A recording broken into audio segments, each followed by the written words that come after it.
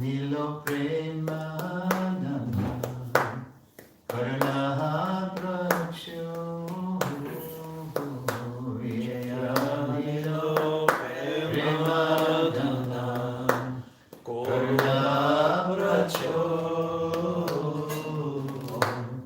Ena Prabhu Kota Ela Chandra Ela Prabhu Kota Ela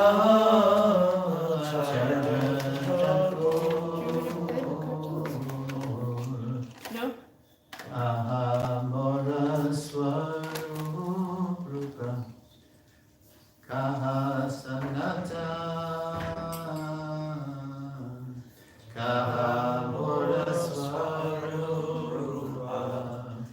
Kaha Sanata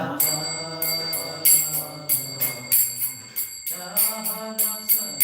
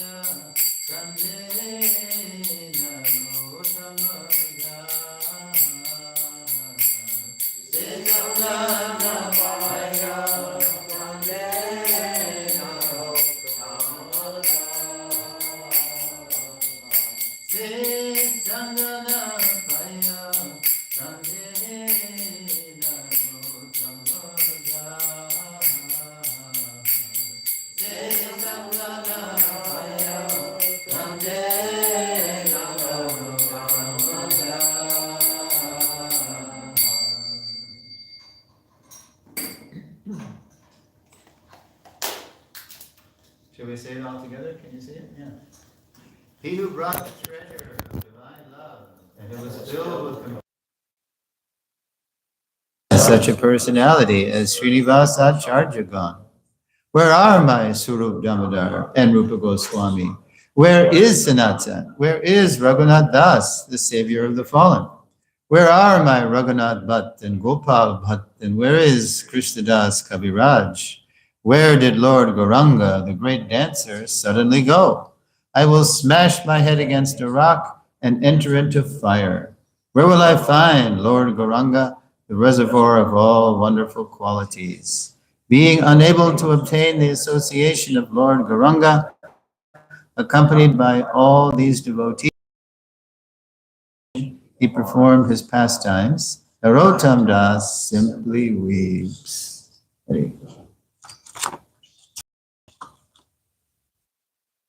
Okay, so in this book, Swami in a Strange Land. Has anybody read this book? It's really good. Okay. Great book. It's our Yogeshwara Prabhu decided for the 50th anniversary of Prabhupada's coming to the West, he wanted to do something special, so he decided to write a biography of Prabhupada, specifically for non-devotees. So it's a very interesting read, because it, because he's keenly aware, and we're still aware, that because of Prabhupada's preaching, people have at least heard of Hare Krishna practically everywhere in the world. It's hard to find a place that had, even if they don't know what it is, they've heard of it. But many people don't know much about Prabhupada, because that was Prabhupada's utter transparency to Krishna. He didn't call it the Swami Bhakti Siddhanta movement. Very often, Guru Swamis and yogis who came to the West, you just know their name. And they didn't have much to, even if they taught something, it really wasn't faithful to Krishna consciousness, by and large. There are some exceptions, but our job as his followers is to make the whole world aware of Srila Prabhupada. And that's why one of the best books to give them is the Lilamrita set, at least the one volume, but the whole set is even better. And this is good too, because this is specifically written for non-devotees. So it's a very nice treatment. Right now, Krishnam and I are reading it together. I had the good fortune to edit this. When I read it, or I gave it a second editing, because I read the book and I saw so many mistakes. So I wrote Yogeshwar, I said, this is a great book and I can't stand it. It's full of all these mistakes. What happened to it? Because his publisher was Mandala Media, and they're really good at promoters, and they're really good at getting a good looking product out in the market, but they didn't have a good editorial department. So I said, look, Yogeshwar, as a service to you, I just want to go through this and clean it up. He said, yeah, I noticed a lot of mistakes too. Let's both do it. So anyway, we did that. And this is the cleaned up edition. So a goofy example of how mistakes in the first edition was, there was a date in here, November 31st. There's no such thing as November 31st. Yeah. I mean, that was a small thing, but there were some big ones too. Okay, so in the back, to acquaint the reader with Prabhupada's Guru Maharaj, whom he does, of course, mention throughout this biography, he gives what he calls a brief biography. It's a biographical sketch. It's just 4 pages. And it's something we haven't read, for this kind of day. So I thought I'd present it. And it's probably most of it you're aware of. It sounds like he drew on the Lilamrita and perhaps Bhakti Vikash Maharaj's definitive biography on Srila Bhakti Siddhanta. So, but it's very interesting the way he's writing it for the non-devotees. So I'm going to read this, maybe make some comments, or if you have some comments about what you're hearing, please raise your hand. And then after that part is over, then we can go around and you can share your favorite Bhakti Siddhanta stories or something about him that inspires you. Okay, a brief biography of Bhakti Siddhanta Saraswati. Quote, he starts with a quote.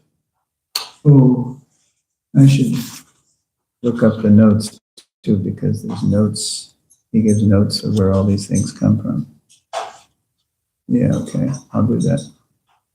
So you know where he got it. Oh, okay. Yeah. The first one was a letter from Prabhupada. Okay, so this is where he gets the first quote. Quote, people either loved Bhakti Siddhanta, 1874 to 1937, for his saintly qualities, and strength of character, writes one of his biographers, or hated him for his uncompromising critique of Vedantic monism and archaic caste structures. Oh, 178, yeah, that makes sense. All right, so that was, it sounded like something a scholarly godbrother of mine might have written. Oh, okay. This is from someone named Ferdinando Sardella, Bhakti Siddhanta Saraswati. Vaishnav Identity in Modern Dress, from the Journal of Vaishnav Studies, spring 2007. So this is something that Satyaraj Prabhu publishes, Journal of Vaishnav Studies, and a scholar wrote that. Okay, so either they loved him for his saintly qualities and strength of character, or they hated him for his uncompromising critique of monism. He was totally into, he was on a crusade against Mayavad. That's where Prabhupada got his Nirvishesha Shunyavadi. He inherited that. And archaic caste structures. Bhakti Siddhanta was really down on caste Brahmins, Brahmins by birth, people claiming power and privilege just by birth. Yeah. In his brief life, the tall, austere, this is Yogeshwar, in his brief life, the tall, austere Bengali scholar created the first institution for Gaudiya Vaishnavism. Yeah, there was no such thing as an institution before Bhakti Siddhanta, because the history. It was, there was something organized by the six Goswamis, but it wasn't really an institution the way we think of it. Okay. First institution for Gaudiya Vaishnavism, that was the Gaudiya Mutt, and paved the way for the global expansion of Krishna Bhakti. Intimidated by his forceful and uncompromising style, adversaries nicknamed him the Lion Guru, Singha Guru, ferocious. Bhakti Siddhanta developed his reputation from necessity. He had to be like that. Nothing less than ramrod leadership. I love the way Yogeshwar says that. Nothing less than ramrod leadership could resurrect the Gaudiya culture, what Prabhupada called Krishna consciousness, from 300 years of slanderous misrepresentation. The whole thing had been so disgraced, Gaudiya Vaishnavism, that Bhakti Siddhanta had to set the record straight in a very strong way.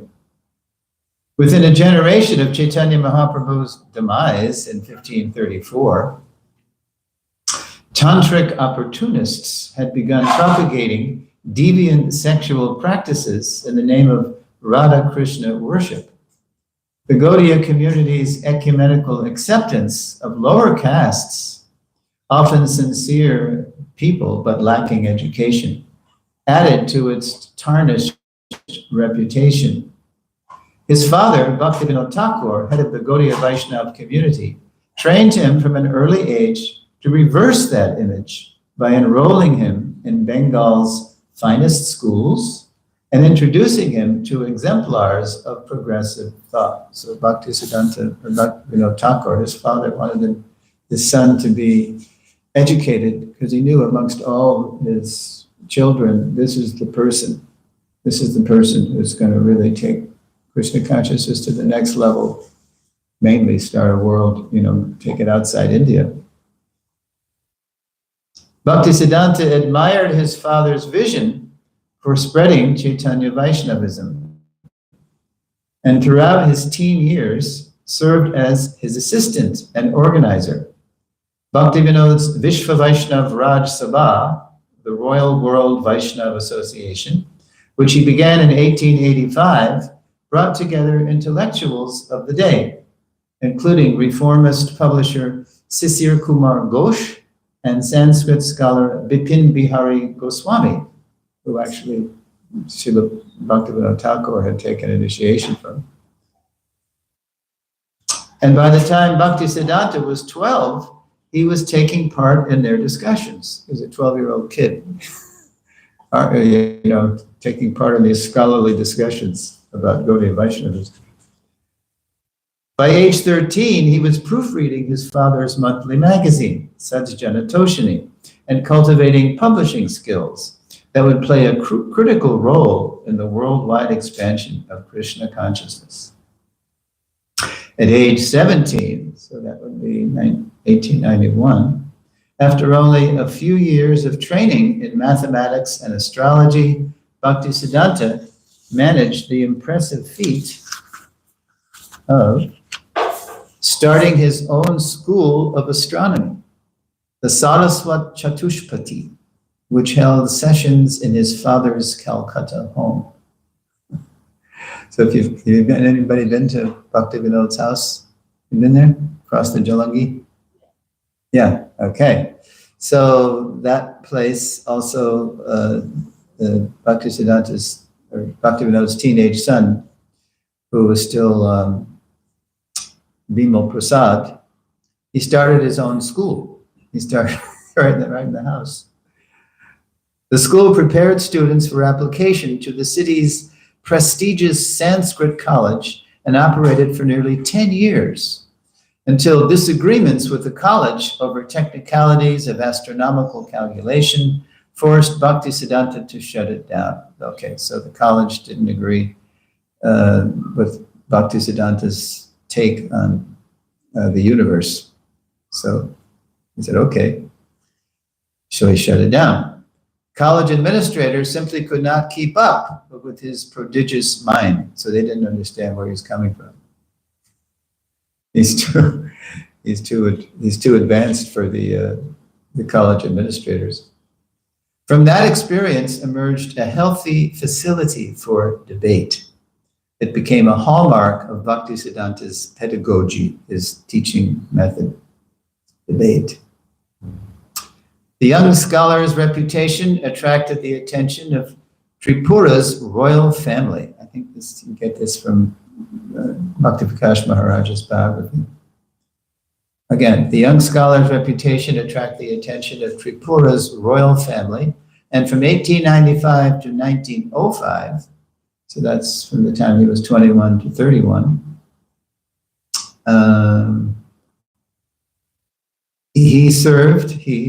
Srila Bhakti Siddhanta, served on retainer to the king, editing the royal family's history and teaching Bengali and Sanskrit to the king's sons. The post gave him access to the palace library, where he researched his first book.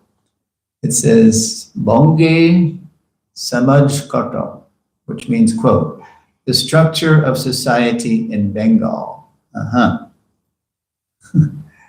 Okay, published in 1900, an analysis of Bengali history, which successfully rebutted European accusations that Vaishnavism lacked history, morality, and philosophical structure. So that was the British, they were always trying to demean, put down, belittle the Bengalis and their culture and, India in general, but especially the Bengali intellectuals. So Bhakti Siddhanta, he showed that no, we have a superior culture actually, and it goes back to antiquity. It's got nothing to do with, it's much superior to your Shakespeare in the Bible. By approaching the tradition's history from both indigenous and European perspectives, so from both Bengali and European perspectives, Bhakti Siddhanta revealed the morality implicit in a life of devotion and established the universal structure of Chaitanya's philosophy of divine love. So he's presenting Lord Chaitanya's philosophy as it is, not the upasiddhantic perversion of the philosophy.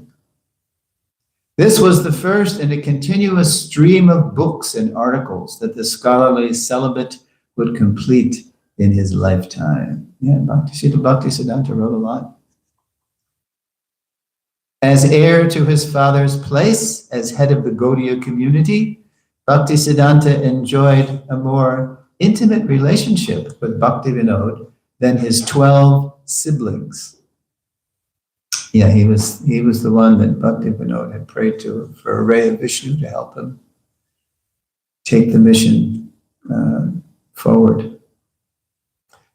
Until Bhaktivinoda's demise in 1914, father and son would plan and execute publications, organize gatherings of scholars, give joint lectures, and travel to places of pilgrimage.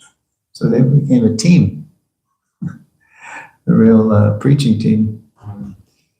By turns dramatic and prosaic, their constant efforts to bring devotion into the 20th century occasionally took unexpected form.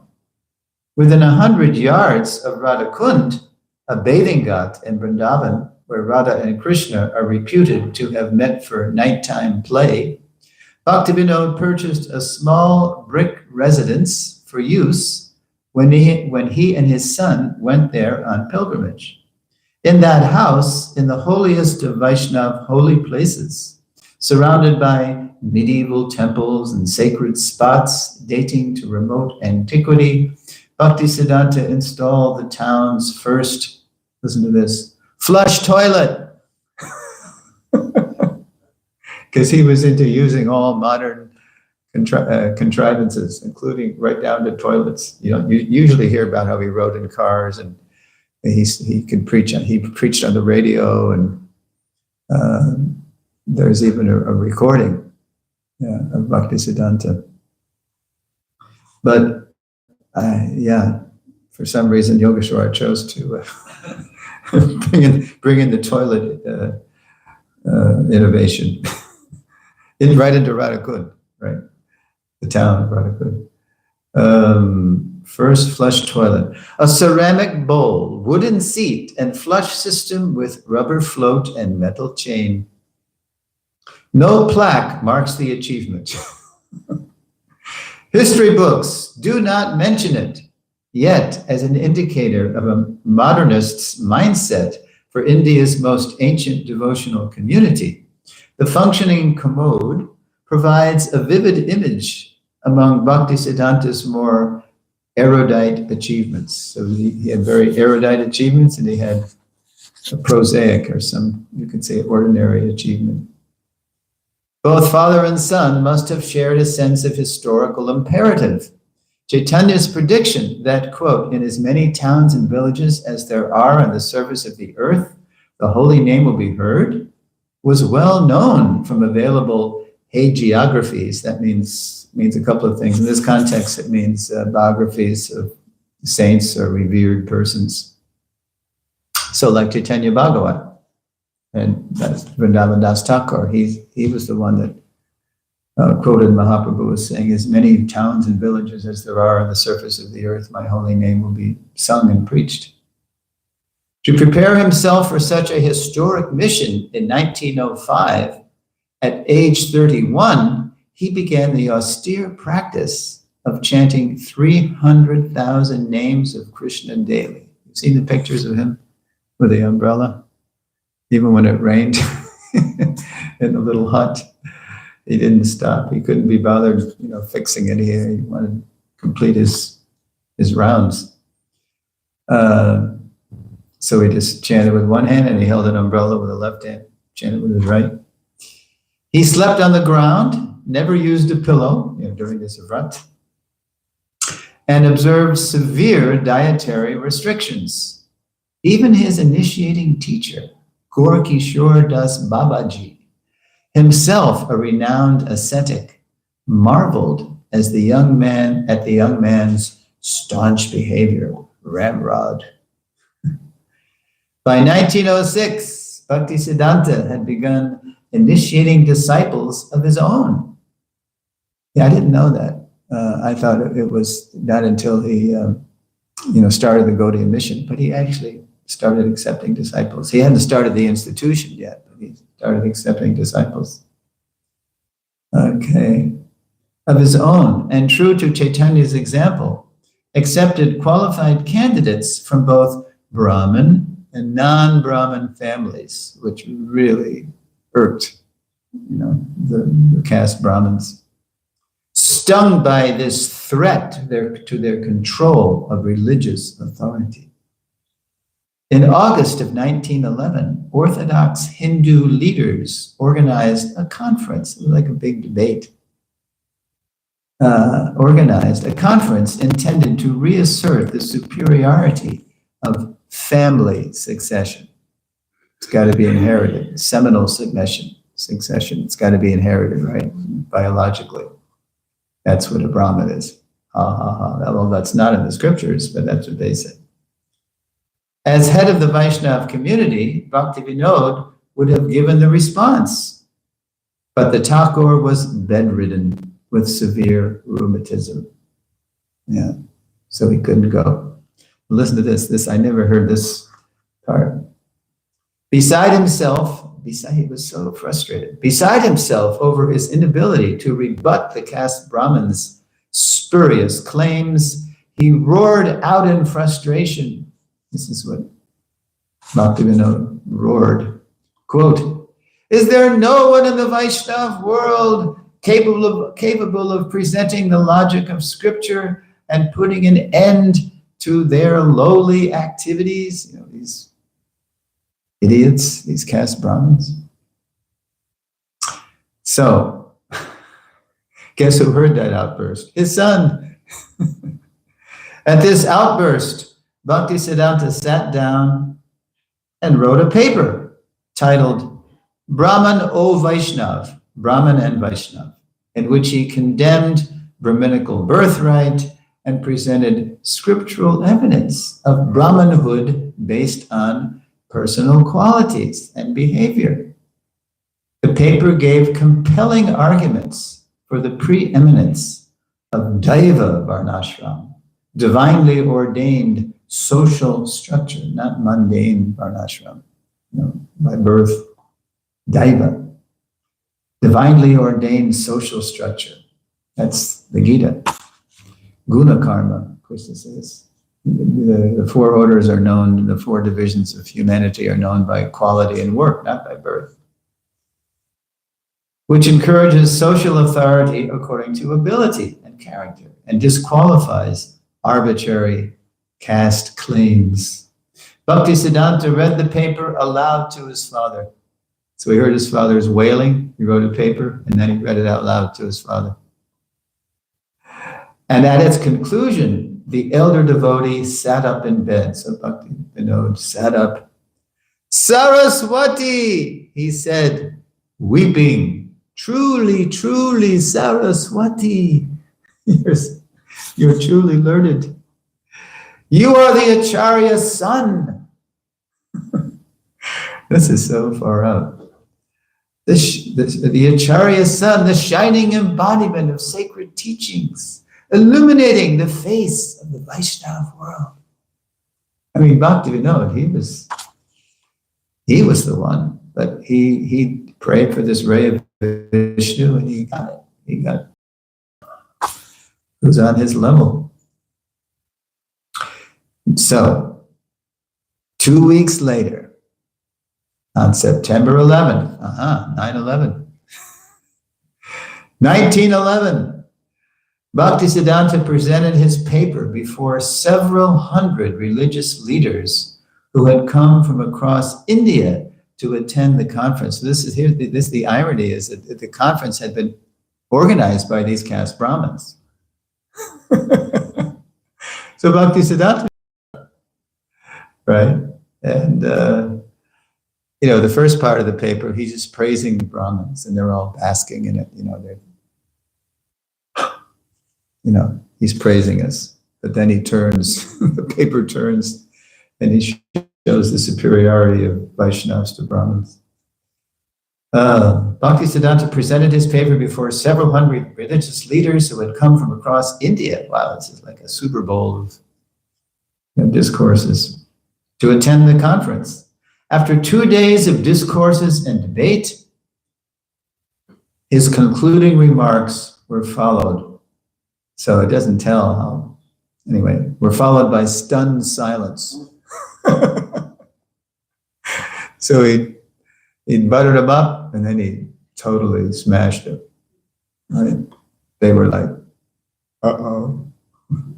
The presentation had been masterful and an embarrassment to program organizers. Yeah, people were hailing him as the second Shukadev. All right. With each new stance on such polarizing issues as religious ecumenism, that means a more inclusive understanding of who's a qualified person. Ecumenism, like the Ecumenical Council. In the 1960s, it was very inclusive. Pope John the 23rd called it. And the right of non-Brahmins to enter restricted temples. The Gaudiya Math's reputation for controversy grew. Okay, so that conference, got him the reputation of being the Singha guru and throwing the gauntlet down on so many misleading presentations of Vedic wisdom and Vedic practice. And that only grew once he started his institution. That was in 1918. I think that's coming up, yeah. As a result, it was mostly in progressive urban centers, such as Calcutta, that the mission found a warm reception. Yeah, progressive urban centers. That the mission found a warm reception and collected the largest donations for publishing and temple construction. It was in the cities as well that Bhakti Siddhanta's organization found its leadership. 20 celibate men whom Bhakti Siddhanta deployed across India and later Europe, charged with finding ways to introduce Chaitanya's teachings among mainstream audiences. And then just two more paragraphs, and then we'll open it up. It is reasonable to assume that the imperative to fulfill the, quote, every town and village prophecy factored in Bhakti Siddhanta's decision to take formal initiation and eventually enter the renounced order, sannyas, since the enhanced prestige would serve to bolster his authority when presenting a mature understanding of Chaitanya ideology. Yeah, before that, Vaishnavas like Jagannath Das Babaji, he was a Babaji, and Gaura Das Babaji, but Bhakti Siddhanta, for the sake of preaching, revived sannyas. Even though it's technically forbidden in the scriptures, sannyas is forbidden in Kali Yuga. But for a higher principle, he resurrected it. Bhakti Siddhanta was the only initiated disciple of the late ascetic Gaura Das Babaji, and consequently there was no one physically present who was qualified to award him sannyas status. So, on March 29, 1918, he made the controversial gesture of awarding himself sannyas status before a photo of his late spiritual master. That's not to be imitated. Although some people have done that. From that time, he was known as Sri Bhakti Siddhanta Saraswati Goswami Maharaj. By the time he was 50, that would be 1924, he had published Bengali editions of such classics as Chaitanya Charitamrita, Bhagavat Purana, and Chaitanya Bhagavat. He had also established printing presses, a daily newspaper, a weekly magazine in Bengali, a monthly magazine in English and Sanskrit, and a number of smaller magazines in local languages. In addition to this aggressive calendar of writing and publishing, he frequently lectured and organized a series of exhibitions modeled on world fairs. This is the dioramas, modeled on they were world fairs by then, yeah. Modeled on world fairs and popular science expos. So Bhakti Siddhanta he wanted to use all the modern innovations and technologies to spread Krishna consciousness. And then just one sentence more, standalone one sentence paragraph, Yogeshwar concludes with, "It is no wonder that Abhay Charan found his future spiritual master so appealing when they first met in 1922. This Bhakti Siddhanta was revolutionary. And he was at one and the same time, he was super orthodox, he was super by the Guru Sadhu Shastra, but he was Yukta Vairagi, he was using everything in the modern age to spread Krishna consciousness. It is no wonder that Abhay Charan found his future spiritual master so appealing when they first met in 1922. Wonder thy ways to turn our face. The only hope is divine grace." Later, Prabhupada wrote that poem. Wonder thy ways. And Prabhupada too became very revolutionary. Okay, so I just wanted to share that because I don't think we've shared that on these kinds of days. But this is called Swami in a Strange Land by Yogeshwara. And this is the corrected edition. And this is in the back. It's a 4-page biographical sketch of Bhakti Siddhanta that Yogeshwara put there for his non-devotee audience. He's writing for non-devotees. So does anybody have any favorite pastimes or qualities of Bhakti Siddhanta they'd like to share? Yes? So you actually told my favorite pastime, which is that conference. But you can tell it in your way.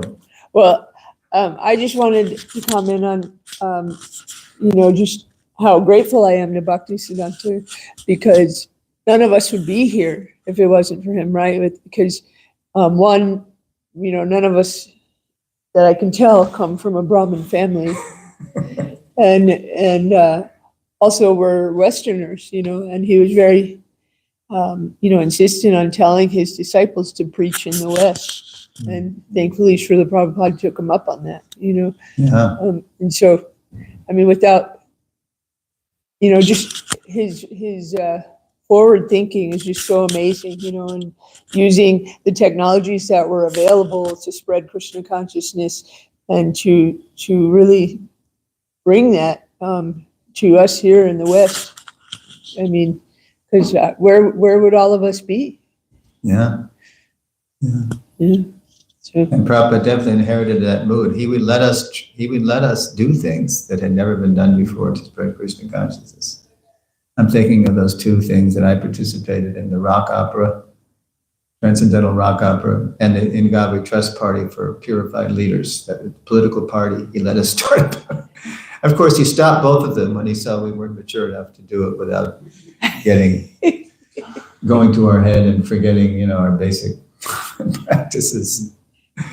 But he let us try things, and he would goad us. He would say, "Well, you're Americans. What's the use of being Americans unless you can do something wonderful? The whole world looking to you, following you."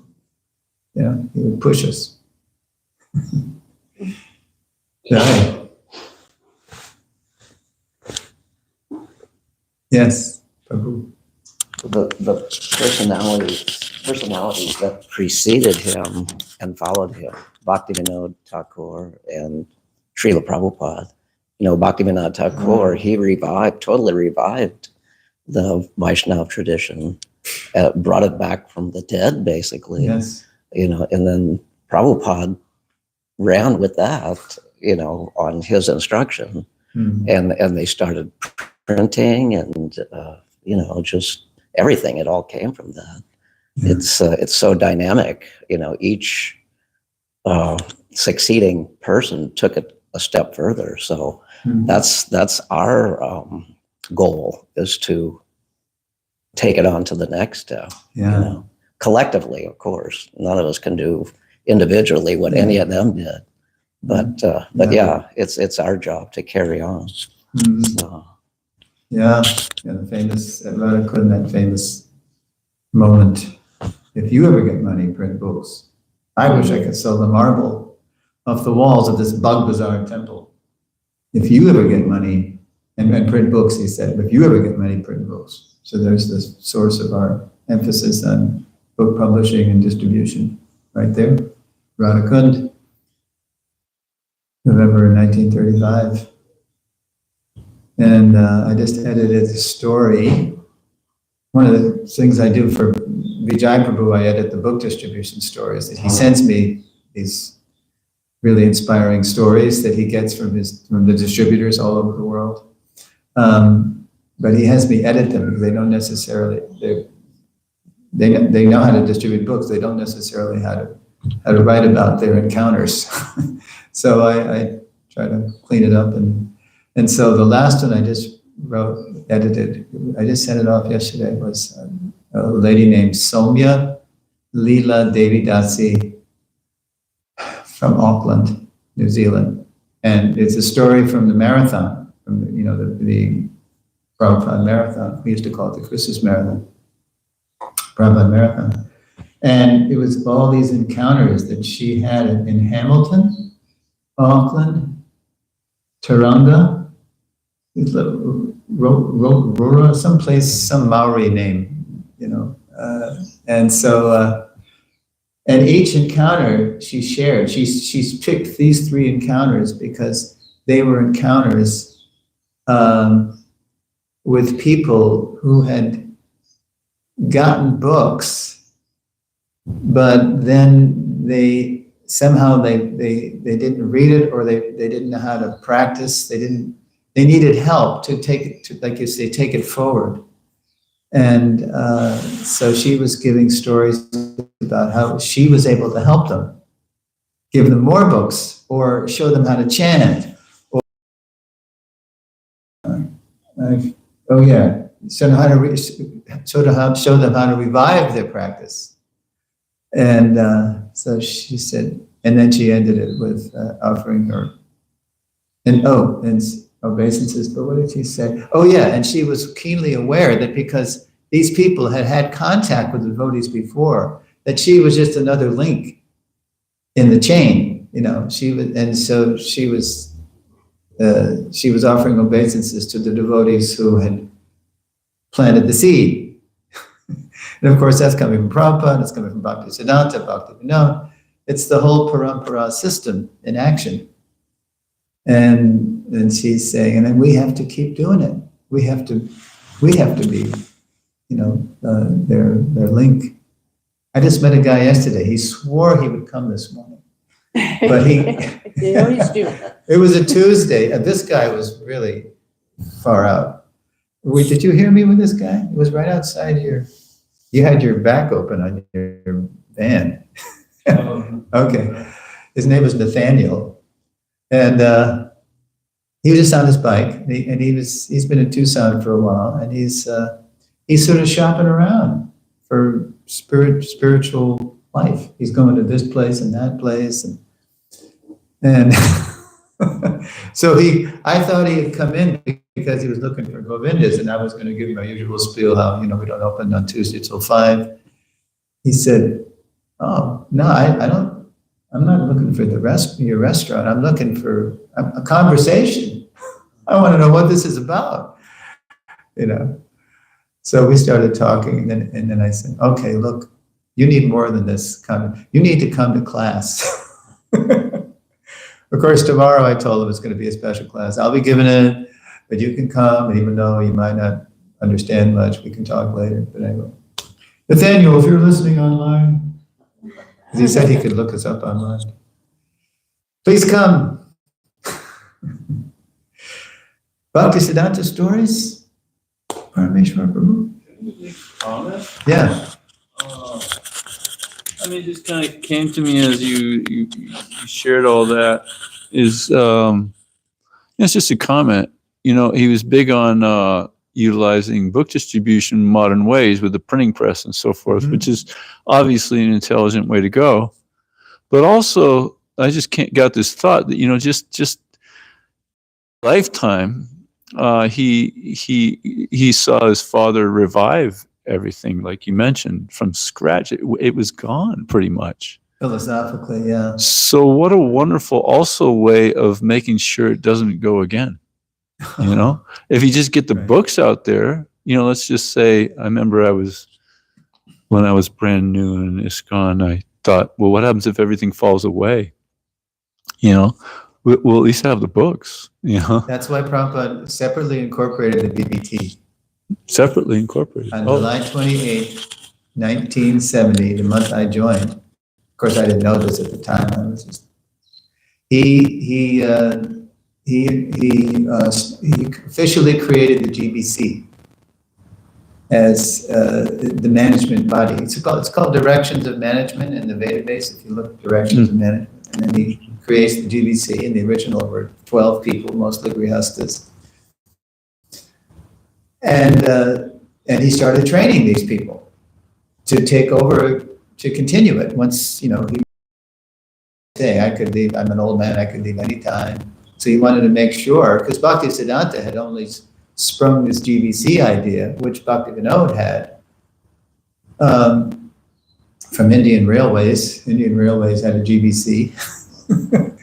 So Bhakti Vinod thought, yeah, we need if this is going to be worldwide, we need a management. And so Bhakti Siddhanta, just on the eve of his departure, he said, work cooperatively, form a governing body. So Prabhupada was determined that what happened to the Gaudiya Math after his Guru Maharaj left would not happen to ISKCON. So fully 7 years before he disappeared, and he didn't know he had 7 more minutes, but anyway, he created the governing body. And that was also when he had seen a conspiracy among the ranks building, when some nonsense propaganda minimizing his position, Prabhupada's position, it was contaminating some of the devotees, some of the leaders, devotees, the leaders. So he is Rupanuga, Bhagavan, Satsvarup, Harandar, he mostly householders at the time, to start this governing, and they didn't know what he was talking about. He just called them to LA. Okay, here's what we're going to do. We're going to have a governing body. We've got to fortify ISKCON. We've got to protect it now. Because the poison, as Prabhupada said, it's coming from India, from some jealous godbrothers of Prabhupada's in India who were contaminating some of the devotees with a minimization of Prabhupada's position. So,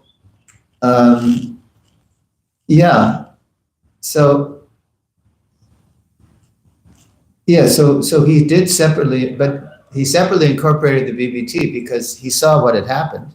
So he wasn't, he wanted to make sure that if anything happened to ISKCON, at least the books would still be going out there and something could be revived, because, as Prabhupada would chuckle sometimes, the poison books are already there. They're already in the bloodstream, the world bloodstream. So that's a very good point. That we've got to practice it, and we've got to share it. And that's what this girl was saying, this lady, this Mataji in New Zealand. We've got to carry it on. Yeah. Thank you. So at least Nathaniel, the guy did take a Gita. So I said, okay, check this out, and then let's start a conversation. So let's see if he comes. All right. Anything else? Sandami, surely you must have a Bhakti Siddhanta. You're kind of like our lady Bhakti Siddhanta, Ramrod. Yogeshwar said Ramrod. There's so many wonderful stories. The one that I just thought of was after his Guru Maharaj left his body, and the townspeople were going to take his body because he had said, I'm so sinful. After I die, drag my body through the street. Bhakti Siddhanta's Guru Maharaj. Yes. Yeah.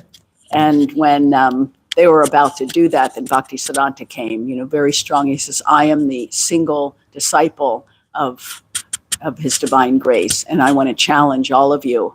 And then he had a progression of whoever has not committed illicit activities in the last, so many months. Did he start with the closest one first, and then he went out further? Is that how it happened? think so. Well, I think because like because I think the last statement was who hasn't committed these activities in the last, day or 24 hours or last week. And that was the Okay, end. whatever, The few yeah. that was there went away. So Yeah. he challenged all of them, and Nobody could say. no one could say. And so the police constable who was there, okay, you are the one. You have a right to do this. And so Gorky Shore, Das Babaji's Samadhi is at Bhakti Vinod's place, yeah? Isn't that where it is? I forget. Or I know there's a shrine there for him.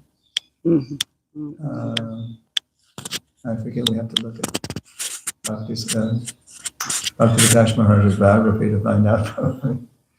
Well, as it was said that his opponents would move to the other side of the street if they saw him coming, because he was Right. so, he did not mix words, and he was so powerful because he was so pure. His words had so much potency, Yeah, and they knew they didn't stand a chance. they're afraid of him. Yeah. Whoa.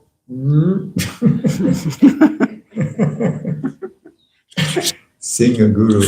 Yeah, and Prabhupada would tell us, even some of my godbrothers would criticize him, that Guru Maharaj has this chopping technique, chop. But anybody who criticized that fell down for criticizing him.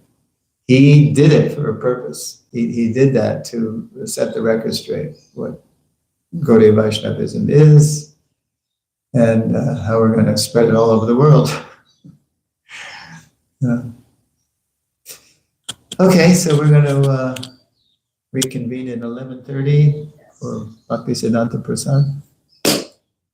Srila Bhakti Siddhanta Saraswati Thakur, Tirubhav Titi Ki Jai, Srila Prabhupada Ki Jai. Hare Krishna.